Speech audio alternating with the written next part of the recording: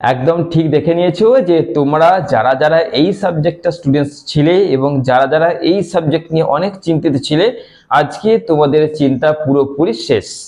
এই কটা কোশ্চেন মানে থাম্বনেলে আমি ওপেন লিখে দিয়েছি, মাত্র এই কটা প্রশ্ন করে নিলে এই সাবজেক্টের ঝামেলাটা পুরোপুরি একদম সত্যি করেই তোমাদের শেষ হয়ে যাচ্ছে। কোনো চিন্তা করতে হচ্ছে না।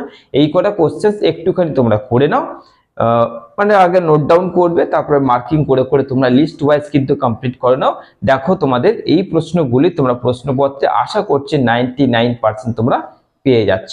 তো চলো দেখে নি তোমাদের জিই ফিজিক্যাল এডুকেশনের এই যে পার্ট, সেটার গুরুত্বপূর্ণ প্রশ্নগুলো। চলো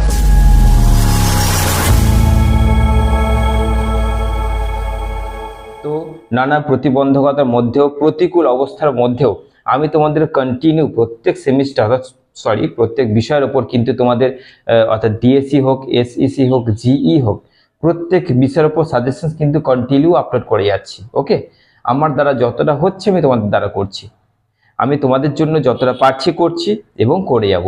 তো চলো আজকের এই জিই ফিজিক্যাল এডুকেশনের কোশ্চেনগুলো শুরু করা যাক। প্রথমে যে কোশ্চেনটা তোমরা করবে সেটা হচ্ছে WHO এর উপর টিকা, অর্থাৎ কি বুঝতেই পারছো যে বিশ্ব স্বাস্থ্য সংস্থা, এর উপর একটা নিবন্ধ বা টিকা তোমাদের লিখতে হবে।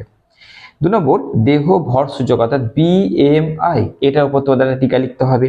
তারপরে টেস্ট, অর্থাৎ এখানে তোমাদের টেস্ট দিয়েছে 3টে টেস্ট, এই টেস্টগুলোর মধ্যে তোমাদের দেবেই, এই 3টে করলে তোমাদের আর কিছু করতে হচ্ছে। টেস্ট কি আছে না, হার্ভার্ড স্টেপ আছে, তারপরে আরফার্ড ইউথ ফিটনেস আছে, আর কুইন কলেজ স্টেপ টেস্ট আছে। এই 3টের মধ্যে তোমাদের একটা পড়ছেই, এমন দেখা গেল 2টেই পড়ে গেল। আচ্ছা, 4 নম্বর কি না দৈহিক মেদ পরিমাপকের যে কোনো একটি পদ্ধতি আলোচনা করো। 5 নম্বর মানবদেহে ভিটামিন এবং খনিজ পদার্থের ঘাটতির যে লক্ষণ সেগুলো কি কি। 6 নম্বর দেহভঙ্গিমার বিকৃতির কারণ ও তার প্রতিকার আলোচনা করো। 7 নম্বর প্রাথমিক প্রতিবিধানের বা চিকিৎসার অতি মূল্যবান নীতিগুলো কি কি। 8 নম্বর হচ্ছে মধুমেহ রোগ অর্থাৎ ডায়াবেটিস রোগের কারণ কি, লক্ষণ এবং এর প্রতিকার আলোচনা করো।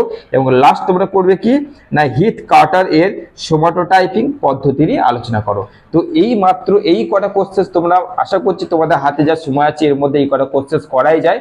এই কটা কোশ্চেন তোমরা একটু রেডি করে নাও, এইগুলো করলে তোমাদের এই সাবজেক্টের আর কোনো চিন্তা থাকছে না। দেখো সুস্থ থেকো।